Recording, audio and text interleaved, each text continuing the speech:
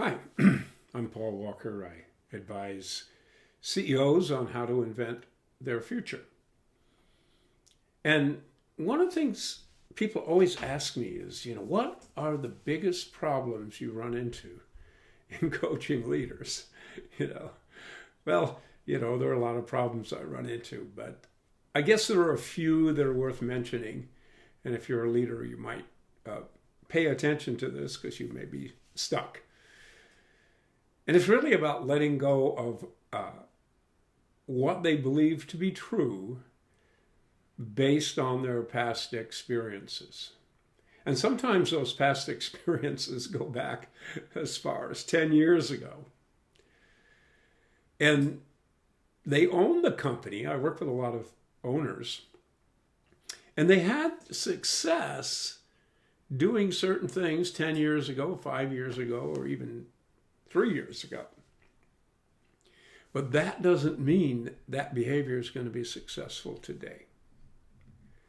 So that's one of the biggest problems I run into. They want to run the company like they used to run it. And many of them are owners that I work with, and they've hired a CEO. And the CEO is more up to date on what's happening in the business world today and tries to implement things that will help the company grow. And the owner is often attached to how he or she did it in the past. And that becomes, a big conflict. Even if you're the CEO and you're coming into a new company and you have your whole bag of tricks, things you've done in the past that worked for you, if you just keep repeating those things, it's not necessarily going to work.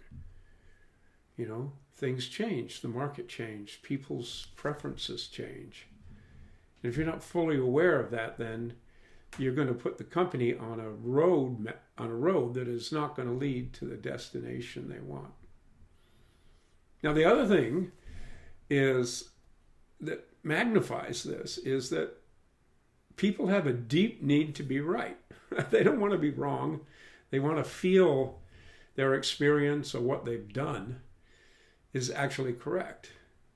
And so they will hang on to that for dear life, even when the results are not coming. Now, if you're the CEO or the owner of a company and the results are not coming, what I've found is one of the big mistakes people tend to make is they blame their team. They blame the people in their company. And of course, if you're the owner of the CEO, the buck stops with you. Moving the blame over to someone else will not help. It'll just make them upset. It will make them lose trust in you, and it will make them be very careful before they offer ideas because they don't want to be blamed for being wrong. Hence, all the wisdom that you've hired is not going to be implemented. So be real careful about blaming your team when things don't go well. Now, sometimes your team has failed. Sometimes your team has missed the boat. But it is not because they were not doing things the way you used to do them. It is generally because they're not in the present moment and in not seeing the marketplace for what it is. So it's important that the leaders in your team look at things as they are today and let go of the beliefs and habits from the past. Because generally what worked 2 years ago is not going to work today. And what worked at company A may not work at company B. The dynamics are different. So what's important is that you allow your leaders to talk to you and come up with ideas and thoughts. They won't always be right. But if they come up with an idea and you say, well, gee, that's stupid, they're probably not going to come back to you with another idea. You might think that challenging them was going to create more input. No, it's going to get them to clam up because they don't want to be wrong. And least of all, they don't want to be wrong with you, the leader or the CEO. So your key to success is listening, asking questions to deepen someone's understanding about a topic rather than making them wrong. They might be wrong. But if you keep asking them to explain how this would work, how that would work, they'll realize sometimes for themselves that, oh, well, maybe this isn't going to work. But in that process of just inquiring, being curious, and showing respect for the people who are following you, you will win their heart, and they will find that maybe what they're saying or doing is not working, or even better, that in fact it's a great strategy and the whole company should adopt it.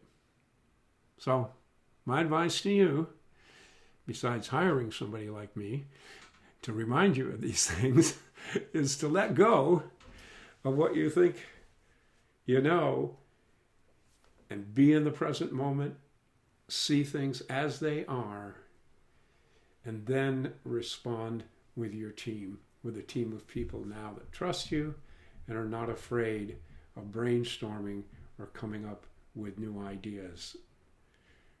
So, if you need some help with this, you can email me at pauldavidwalker@geniusstone.com. I work on Zoom, so we can work wherever you are in the world, helping you solve many of the problems that you may come across. I've worked with leaders now for 35 years, helping them successfully build their businesses. So I might have some ideas, I might have some thoughts that will help you. Make it a great day, and send me an email if you want some help.